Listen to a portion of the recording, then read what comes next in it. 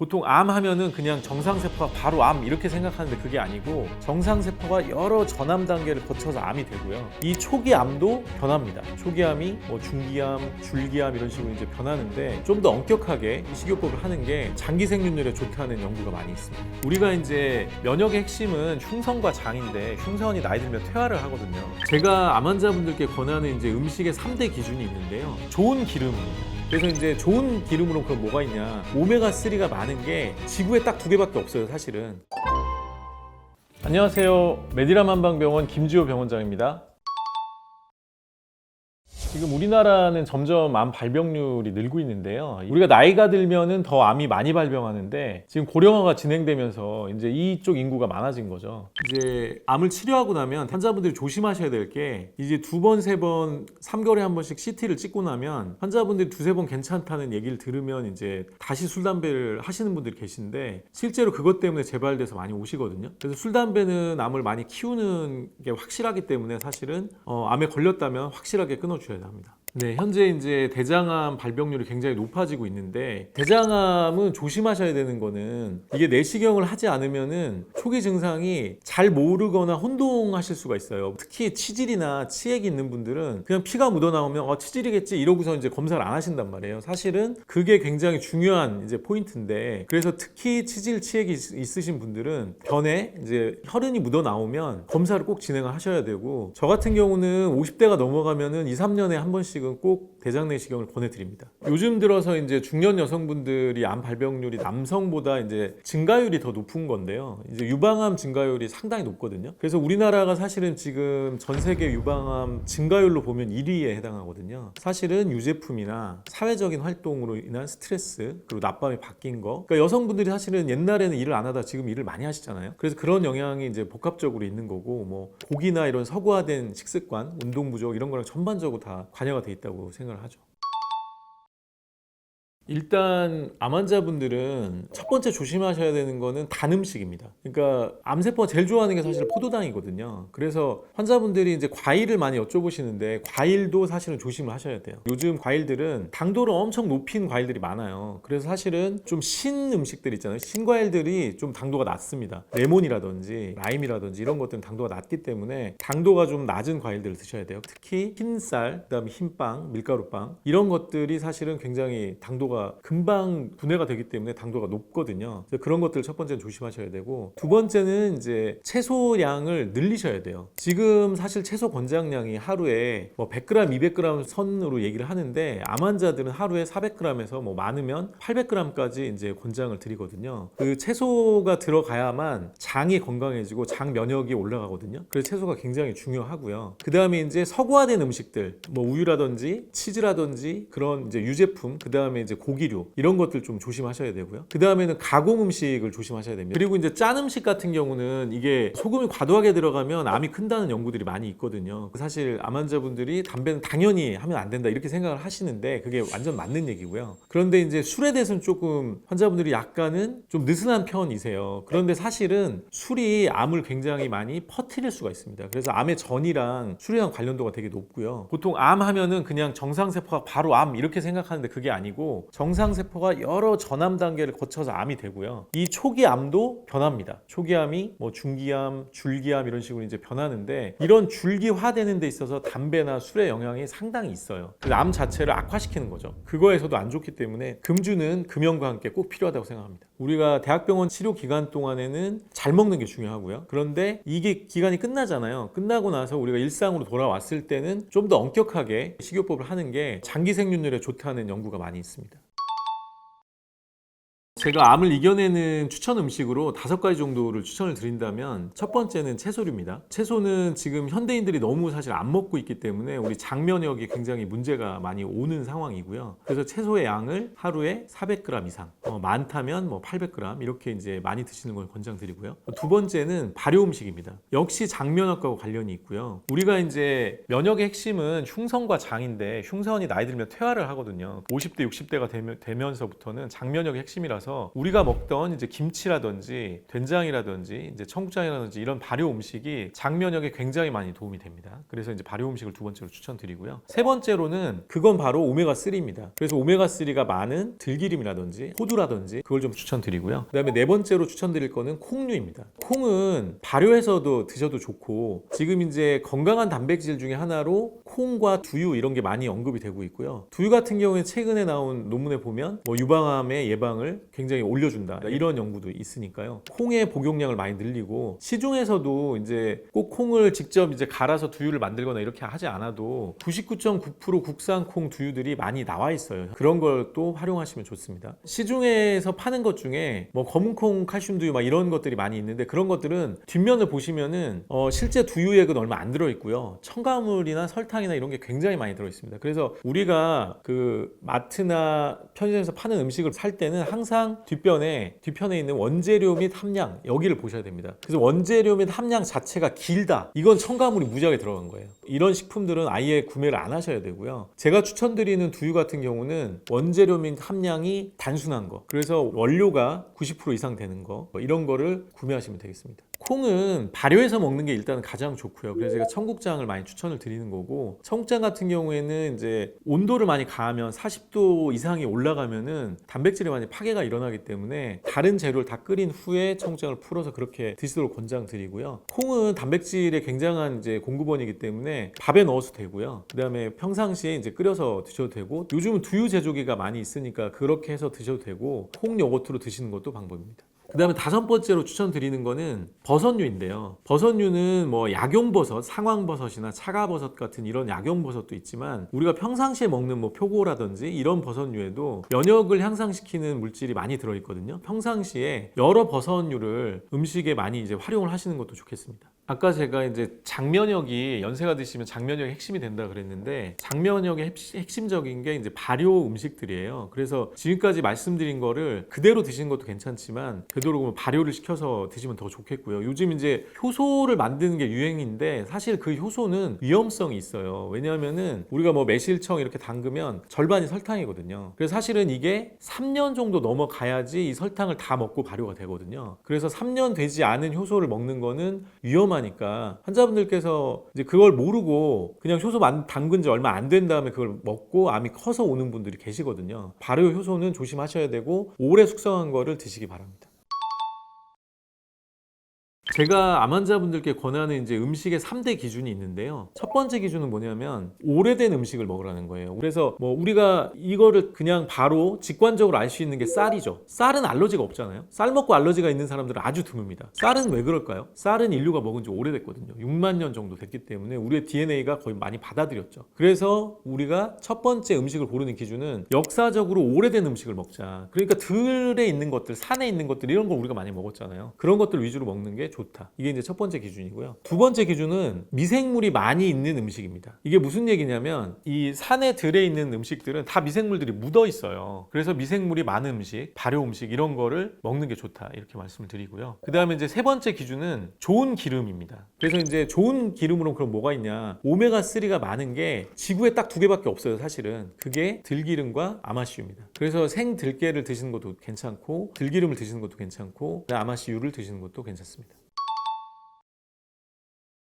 음식 말고 우리가 신경을 많이 써야 되는 게 바로 스트레스 관리인데요. 이 스트레스는 사실 암 발병의 직접적인 원인이기도 하거든요. 우리가 스트레스 하면 그냥 정신적인 영향만 주겠지 이렇게 생각하지만 그렇지가 않고요. 우리가 이제 우리 몸에는 스트레스 대응 시스템이라는 게 우리 몸에 장착이 돼 있거든요. 그러니까 그게 뭐냐면 구석기 때 멀리서 사자를 본 거예요. 도망가야 되잖아요. 그러니까 우리 몸의 스트레스 대응 시스템이 작동을 해요. 그래서 모든 혈액을 어디로 보내냐면 심장으로 보내는 거죠. 그런데 이게 지금 우리가 밥 먹을 때 그냥 엄마가 너 이번 성적 왜 그래? 그러면 바로 체하죠. 왜냐면 위에 들어온 혈액이 쫙 빠져가지고 심장으로 가거든요. 그래서 이게 이제 스트레스인데, 문제는 스트레스에 한 이렇게 혈액 순환의 변화가 단기간 일어나면 괜찮아요. 그러니까 스트레스를 받았다가 뭐 금방 풀면 괜찮은데, 문제가 이게 2, 3개월 지속된다고 생각을 해보세요. 그럼 어떻게 돼요? 유방에 있는 세포들이 혈액이 안 들어오니까 산소를 못 먹겠죠. 그러니까 변이가 일어나요. 그래서 스트레스 관리는 단기 스트레스가 아니라 장기 스트레스 관리가 아주 중요합니다. 그래서 암에 걸리신 분들은 대부분 대형 스트레스 사건을 겪어요. 가까운 분이 돌아가셨다든지 뭐 돈을 잃어버렸다든지 직장에서 막 스트레스를 엄청 많이 받았다든지 몇 개월 동안 뭐 야근하고 밤새고 막 이렇게 했다든지 그런 분들이 대부분 암에 걸리고서 오거든요. 그래서 사실은 중간중간에 휴가를 가거나 쉬어주셔야 돼요. 그래야지 우리 몸이 다시 혈액의 순환 구조를 바꿔요. 두 번째로 관리하실 건 운동입니다. 지금 현대인들이 운동이 얼마나 많이 부족하냐면 특히 하체 운동입니다. 우리가 좌식 생활을 하게 됐잖아요. 회사에 가서 하루 종일 앉아 있다고요. 그래서 많이 걸으셔야 됩니다. 그리고 좌식으로 앉아서 생활하시는 분들은 30분 정도면 골반강의 흐름이 거의 멈추거든요. 그래서 30분에 5분 혹은 1분이라도 걷거나 커피를 마신다든지 화장실 간다든지 물을 마신다든지 그래서 이제 골반강의 흐름을 이제 만들어 줘야 되는 거죠. 가장 사실 음식과 스트레스, 운동 요 세 개가 가장 좋은 거고요. 그 다음에 이제 네 번째로 얘기하면 잠입니다. 잠. 왜냐면 우리가 낮밤에 박히신 분들 굉장히 많잖아요. 사실은 잠은 우리가 구석기 때 동굴 안에 살면서 해 뜨면 그 빛으로 일어나고 해가 지면 그 빛 때문에 이제 자고 이렇게 했던 게 우리 몸에 지금 장착이 돼 있는 거거든요. 그래서 반드시 불을 끄고 주무셔야 되고요. 잠을 밤에 잘 주무시는 거 굉장히 중요하고 특히 새벽에 화장실 가시는 분들은 불을 켜시면 안 돼요. 아니면 화장실에 땅 쪽으로 은은하게 간접 조명을 켜셔야 돼요. 그래서 네 번째는 이제 잠 관리입니다. 가장 중요한 게 스트레스 관리, 그 다음에 두 번째로는 운동, 특히 걷기를 우리가 생각하는 것보다 훨씬 많이 해야 된다. 그 다음에 세 번째로는 잠 관리, 이게 굉장히 중요하다 이렇게 말씀을 드리겠습니다.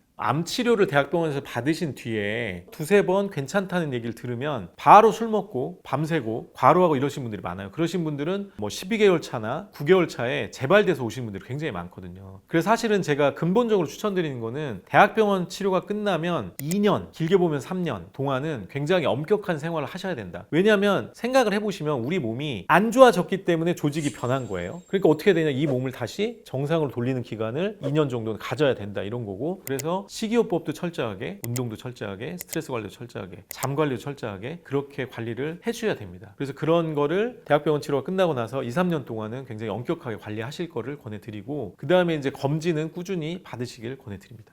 제가 지금까지 말씀드린 음식 관리, 생활 관리 이런 걸 통해서 암 예방도 하시고 암이 걸렸던 분들은 재발이 안 되게 관리를 열심히 하시길 부탁드리겠습니다. 감사합니다.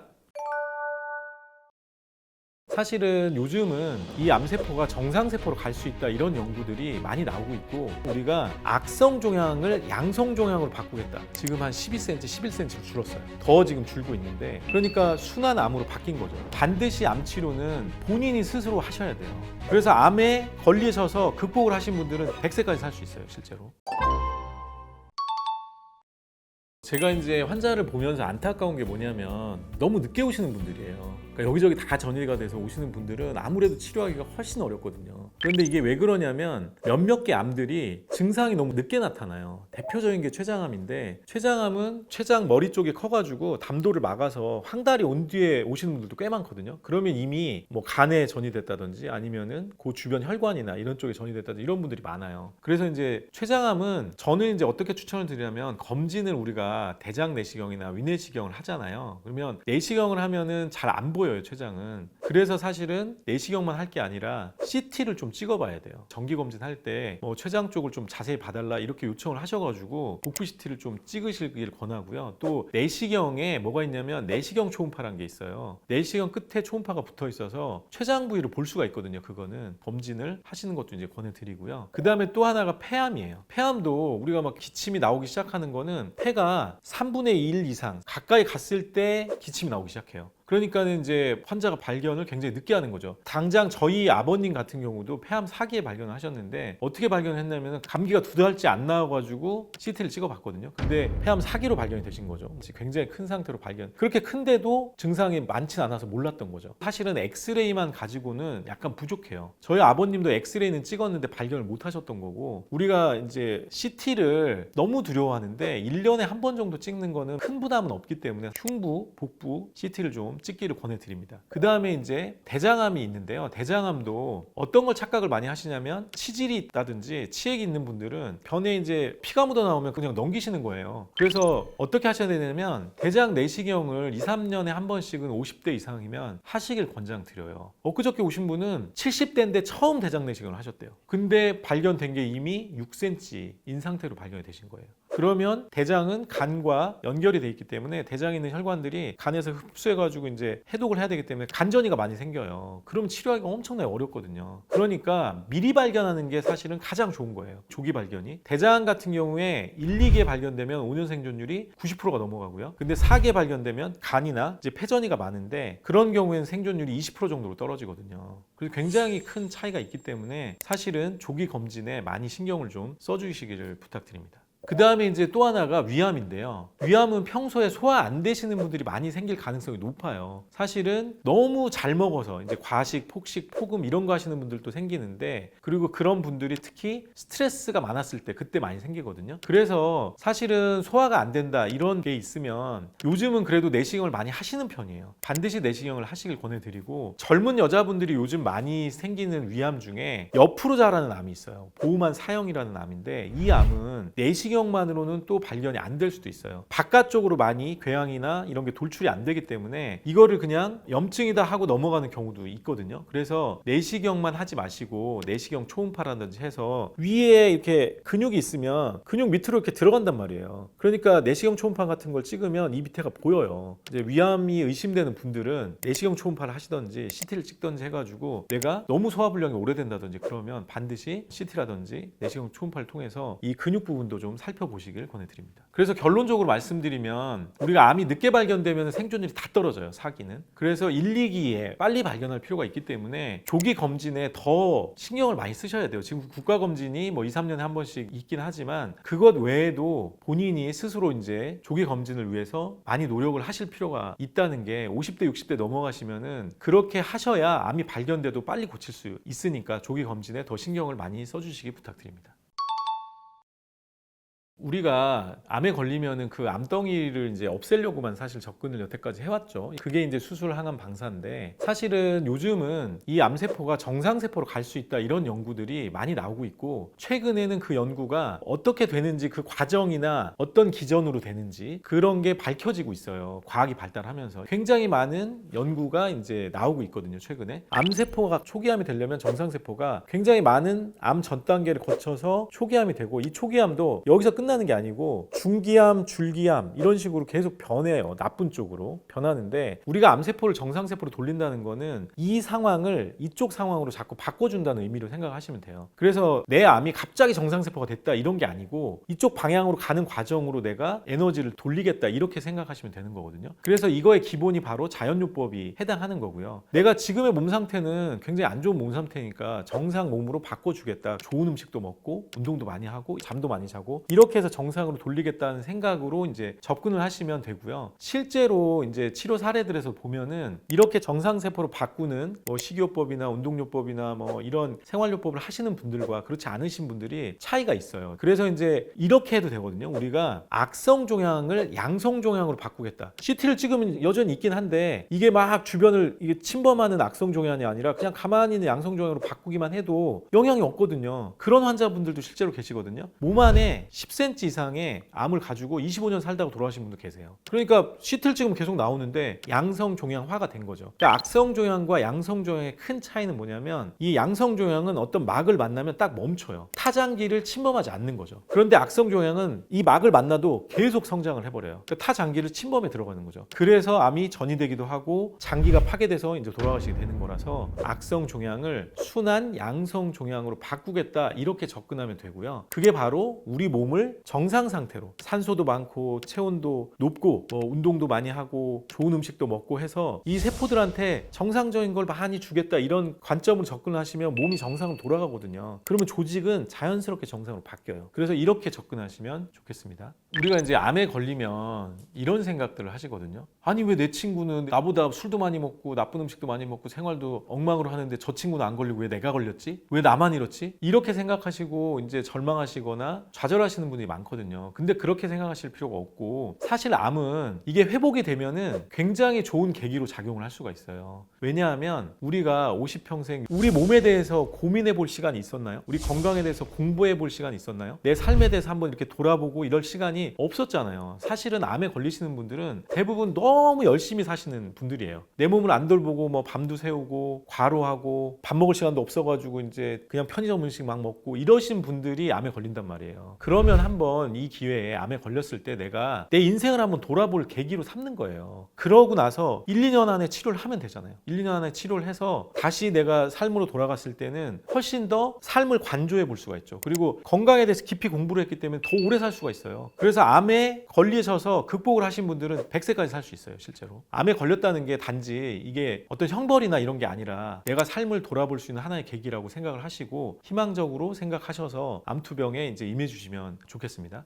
저희 병원에 작년에 이제 그런 분이 오셨는데 완전 말기에 오신 거예요. 그래서 대학병원에서 이제 호스피스를 가라고 거기 이제 소견서를 써주셨는데 소견서에 보면은 지금처럼 암이 성장하면 3개월 미만이다, 여생이. 그래서 이제 이걸 가지고 호스피스로 가라고 이제 이걸 써주셨는데 저희 병원에 오셔가지고 제가 이제 뭐 고압산소라든지 고주파라든지 같이 하면 몸이 강력하게 이쪽으로 정상으로 가거든요. 그래서 이제 이분을 치료를 하는 과정에 있죠. 지금까지 살아계시니까 1년 가까이 살아계신 거거든요. 그러니까 이미 3개월은 넘겼죠. 그리고 간에 있던 암이 물로 많이 바뀌고 있어요. 이걸 액화라고 하는데 암이 죽을 때 석회로 돌로 바뀌기도 하고 물처럼 바뀌기도 하거든요. 지금 간에 있던 14cm의 암이 액화돼가지고 지금 한 12cm, 11cm로 줄었어요. 더 지금 줄고 있는데 그러니까 순한 암으로 바뀐 거죠. 그래서 이분은 3개월밖에 못 산다고 했는데 지금 1년 정도 살고 계신 거고 지금은 그때보다 컨디션이 너무너무 좋으시죠. 사실 이렇게 치료법이 잘 선택이 되고 또 환자분이 굉장히 열심히 이제 식이요법도 하시고 운동도 하시고 스트레스 관리도 하시고 관리를 엄청나게 열심히 하셨거든요. 그렇게 하시면 회복이 될 수도 있습니다. 그래서 정말 이제 먹지도 못하고 걷지도 못하는 상태가 아니라면 치료될 가능성이 상당히 있기 때문에 너무 절망하지 마시고 희망찬 생각을 가지시고 이제 치료에 임해 주시면 좋겠습니다.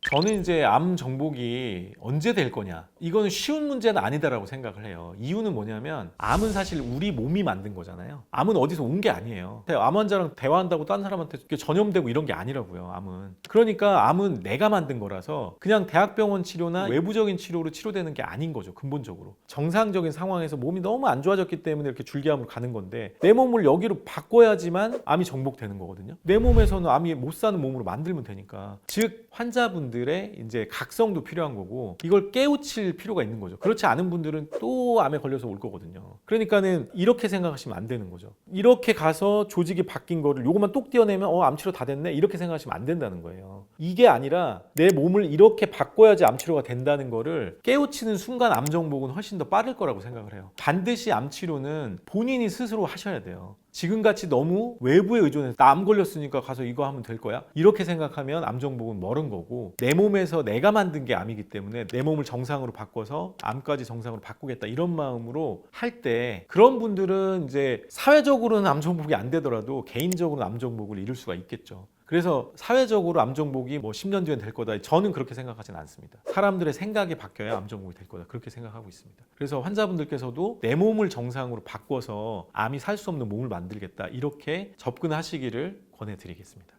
그리고 현재 우리나라의 5년 생존율은 굉장히 많이 올라간 거거든요. 그러니까 옛날에는 50%도 안 됐어요, 5년 생존율이 전체 암에 대해서. 근데 지금 이제 70%까지 올라왔고, 특정한 암들은 사실은 뭐 미국하고 비교해서 월등하게 높거든요, 생존율 자체가. 그래서 지금 여러 가지 기술들이 많이 좋아졌고, 뭐 항암제도 지금 1세대, 2세대, 3세대, 4세대 줄기암 항암제도 지금 연구 중이기 때문에 점점 좋은 기술들이 많이 나오고 있어요. 그래서 그런 기술들의 도움도 받고 또 내가 스스로 나를 관리해서 이제 암 치료에 하면 점점 치료로 높아질 거라고 생각을 하기 때문에 앞으로 기대를 많이 가셔도 좋겠습니다. 오늘 제가 말씀드린 거는 이제 암은 내 안에서 생긴 거기 때문에 나 스스로를 바꾸지 않으면 치료가 안 된다, 이런 관점으로 접근하시라는 거고요. 그렇게 이제 음식이나 생활이나 이런 걸 다 고치면 이제 암이 살 수 없는 몸이 되기 때문에, 또는 조그만 암이 있어도 우리 몸에 영향을 잘 못 끼쳐요. 그래서 그런 상태로 만드셔서 근본적으로 암을 치료하시길 말씀드리겠습니다. 감사합니다.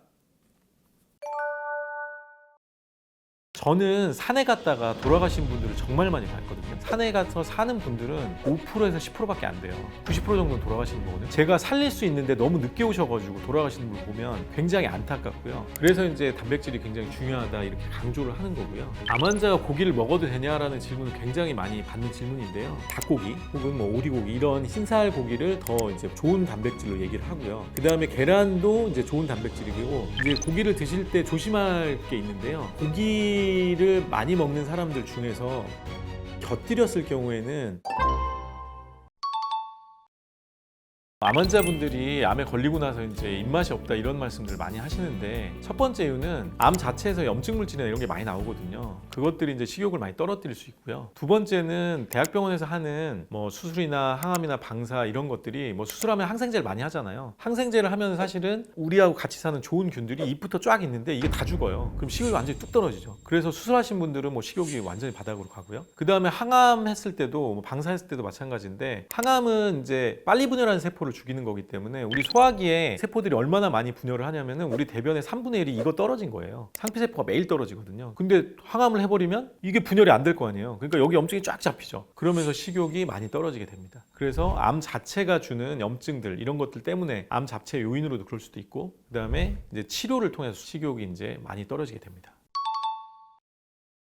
암 환자분들은 이제 치료에 들어가게 되면은 사실은 우리 몸에 끼치는 타격이 굉장히 크거든요. 영향이 굉장히 크기 때문에 단백질 필요량이 늘어나요. 그래서 원래는 일반인들 같은 경우 하루에 단백질 필요량이 자기 몸무게의 1000분의 1이라고 생각하시면 되거든요. 원래는 그거보다 조금 더 적은데, 그러니까 내가 만약에 70kg다 그러면 하루에 70g인 거예요. 단백질 필요량이. 그런데 암 환자가 치료를 받고 항암이나 방사나 이런 거를 받을 때는 단백질 필요량이 2배 이상으로 올라가거든요. 그래서 이제 단백질이 굉장히 중요하다 이렇게 강조를 하는 거고요. 그래서 암 환자분들이 이제 치료를 받는 동안에는 뭐 고기도 권하고 이렇게 하는 거죠. 암 환자가 고기를 먹어도 되냐라는 질문은 굉장히 많이 받는 질문인데요. 사실은 수술항암 방사를 받을 때, 그럴 때는 몸에 단백질 필요량도 굉장히 올라가고 요구량이 굉장히 많아지기 때문에 이제 고기를 드셔도 되는데, 이제 고기를 드실 때 조심할 게 있는데요. 뭐냐면 조리법이에요. 그러니까 우리가 고기를 만약에 삶아서 먹거나 이제 쪄서 먹는다면 기름이 굉장히 건강한 기름을 먹게 되거든요. 근데 기름을 다 빼고 먹는다든지 기름이 다 빠지게 되겠죠. 그런데 이걸 튀긴다든지 고온을 가한다든지 하면 발암물질이 많이 나와요. 우리가 스테이크를 덜 익은 상태, 레어로 먹기도 하지만 뭐 웰던이라고 많이 구워서 먹는 사람들이 있잖아요. 미국의 연구에 하면 웰던으로 고기를 먹었던 분들은 유방암 확률이 다른 거에 비하면 4배라는 연구가 있습니다. 그만큼 우리가 온도를 가한다는 거는 발암물질을 많이 만드는 작업이거든요. 그래서 사실은 고기를 드실 때 되도록이면 삶거나 쪄서 나쁜 지방은 다 빼버리고 살코기 위주로 드시길 권장드리고요. 그리고 이제 고기 대신 뭘 먹을 수가 있냐, 이제 고기 중에서는 살코기 정도 되겠고요. 그 다음에 소고기나 돼지고기 같은 적색육보다는 흰살고기 있죠, 닭고기 혹은 뭐 오리고기, 이런 흰살 고기를 더 이제 좋은 단백질로 얘기를 하고요. 그 다음에 계란도 이제 좋은 단백질이고, 계란 중에서도 엄격하게 하는 데서는 계란 노른자를 빼고 이제 흰자만 가지고 이제 권장하는 데도 있어요, 실제로. 그리고 이제 생선도 괜찮은데, 생선도 이제 지방 문제 때문에 흰살 생선을 더 권장을 합니다. 이제 등푸른 생선 같은 경우에는 거기 오메가3가 많다고 하는데, 오메가3뿐만 아니라 오메가6도 많고 다른 지방도 많아요, 사실은. 그래서 이제 되도록이면 흰살 생선을 더 권장을 하고요. 그 다음에 식물성으로 당연히 콩이나 발효된 뭐 된장이라든지 청자라든지 이런 거를 많이 권하게 되죠. 그리고 어떤 연구들도 있냐면, 이게 우리가 고기를 많이 먹는 사람들 중에서 야채를 곁들였을 경우에는 그 고기가 주는 악영향이 줄어든다 이런 논문들이 꽤 있거든요. 우리가 서양 음식을 먹을 때는 항상 에피타이저로 원래 샐러드가 많이 나오잖아요. 그래서 샐러드를 먹고 나서 이제 고기를 먹는다든지, 고기를 먹을 때도 이제 샐러드에 뭐 우리나라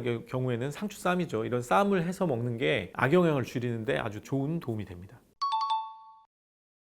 암 환자들에게 사실 핵심적인 건 면역력이죠. 왜냐하면은 우리 몸에서 암을 억제하는 게 면역세포고, 면역세포 중에 특히 이제 NK세포, T세포, 특히 T세포가 중요한데, 이런 세포들이 이제 암을 직접 공격을 하기 때문에 면역력이 중요하게 되는 거고요. 우리가 나이가 들면서 암이 느는 이유는 실제로 그래프가 이렇게 올라가거든요. 이거는 우리 면역의 핵심인 흉선이 퇴화하기 때문입니다. 우리 면역의 핵심은 흉선과 장인데요. 흉선은 60이 되면은 거의 10대의 10% 정도밖에 안 남아요. 50대가 되면 뭐 한 15%. 그러니까 70대가 되면 더 떨어지겠죠. 그러니까 흉선이 건강한 젊은 사람들은 암세포가 생기더라도 많이 잡아먹으니까 발병률은 떨어지게 되겠죠. 그런데 이제 연세가 많으신 분들은 면역이 떨어지니까, 그래서 나이가 들면 대상포진 같은 것도 나오게 되잖아요. 그러니까는 면역이 떨어지게 되니까 암세포를 잘 못 잡아먹으니까 발병률이 높아지게 되는 거죠. 그래서 이제 면역력이 핵심이 되는 거고, 여기서 중요한 게 이제 그러면 연세가 뭐 7, 80 되셨다. 그러면 흉선은 거의 다 퇴화를 했을 텐데, 이 면역을 어떻게 지키냐? 바로 장면역입니다. 그래서 음식이 굉장히 굉장히 중요한 거고요. 제가 그래서 발효 음식이나 채소나 장 면역에 도움되는 음식들이 매우 중요하다고 설명을 드렸던 거고요. 실제로 우리 면역에서 이제 T세포가 흉선에서 훈련을 못하게 되는데 그럼 어디서 하냐? 장에서 훈련을 한다는 연구들이 2010년대 이후로 많이 나오고 있습니다. 그래서 앞으로 이제 장 마이크로바이옴, 장내 미생물 이런 게 굉장히 중요하다는 연구가 많이 나오고 있고 앞으로 더 중요성이 이제 강조될 걸로 보이고요. 그래서 암 환자분들은 음식에 그래서 더 신경을 많이 쓰셔야 되는 겁니다. 우리가 이제 항암을 하고 나면 이제 호중구라는 수치가 떨어질 때 그때 이제 대학병원 선생님들이 그때 살코기 같은 걸 많이 권하시는데 단기적으로 살코기를 드시면 실제로 골수가 더 활발하게 움직여서 호중구 수치나 이런 게 많이 올라가게 됩니다.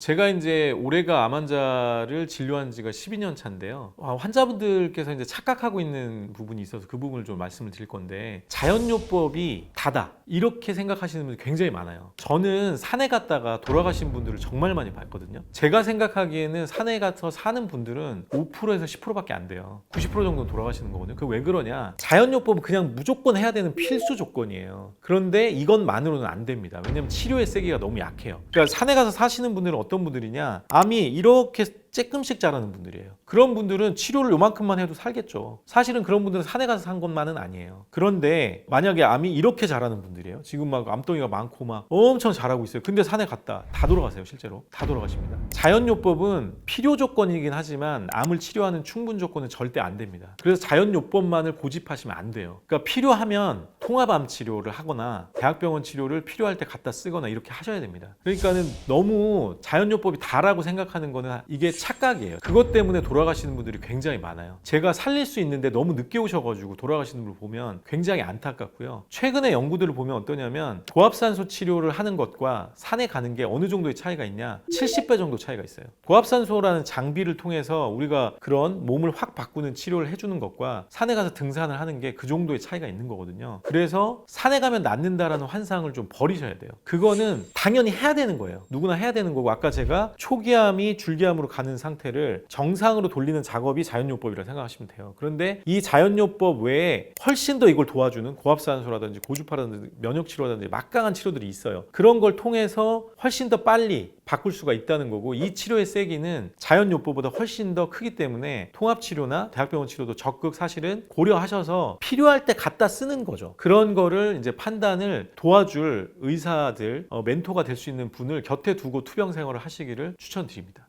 저는 제가 이제 35세 한의대를 가서 지금 이제 50대 초반인데 한의대를 가게 된 계기가 저희 부모님이 다 암으로 돌아가시면서 제가 이제 그 간병을 하면서 이제 의학을 공부를 해야 되겠다, 암을 공부를 해야 되겠다 이렇게 생각해서 이제 지금까지 오게 됐고요. 그래서 사실은 저도 이제 자연요법도 해보고 뭐 한방만도 해보고 여러 가지를 다 해봤는데 사실 지금 암이 정복된 게 아니잖아요. 그래서 제가 생각하는 건 뭐냐면 종합적으로 필요한 거를 갖다가 써야 된다는 거예요. 이게 대학병원 치료만이 다는 아니에요. 왜냐하면 지금 사기암 치료율, 뭐 췌장암이라든지 담도암이라든지 이런 거 사기암 치료는 10%도 안 돼요. 그럼 사기암 환자가 대학병원만 믿고 있다? 그건 말이 안 되는 거죠. 사실은 고주파라든지 고압산소라든지 또 식이요법을 철저히 한다든지 운동을 철저히 하든지 스트레스 관리를 철저히 하든지 이런 통합 치료를 통해서 생존율이 훨씬 높다는 보고들이 많이 있거든요. 저는 암 치료는 종합예술이라고 생각해요. 자연요법도 기본적으로 해야 되고 그 다음에 통합 치료도 하고 그 다음에 대학병원 치료도 하고 내가 어떤 상황에서 필요한 걸 어떻게 갖다 쓸지는 주변에 멘토가 되는 의사분들한테 도움을 구하시고 조언을 구하시고요. 그렇게 조언을 구하면서 판단해가면서 상황에 필요한 거에 맞춰서 여러 가지 치료를 해야지만 생존율을 높일 수 있다고 생각을 합니다. 그래서 이제 환자분들이 한 가지에만 편향되게 생각하시는 분들은 실제로 생존율이 떨어져요. 제가 지금 12년 동안 환자들 보면서 느끼는 거는 좀 오픈마인드로 전반적인 걸 다 받아들이고 해외에서도 높은 암 치료를 자랑하는 병원들이 뭘 하는지를 좀 살펴보고 그 병원들이 왜 특정한 것만 안 하고 여러 가지 치료법들을 종합해서 치료하는지를 깊이 한번 생각해 볼 필요가 있겠습니다. 지금 12년 동안 암 환자를 보면서 어떤 치료들을 하려고 했냐면 전 세계에서 암 치료율이 높은 병원들을 찾아가서 거기가 뭘로 치료하는지를 보고 그 치료들을 모아서 이제 저희 병원에 사실 적용을 했거든요. 그래서 이제 사실은 종합적인 치료, 전 세계에서 암 치료율이 높은 병원들의 치료를 받으려면은 이제 저하고 면담을 하셔도 좋겠고요. 이런 통합 치료를 하시는 병원들을 찾으셔도 좋겠습니다.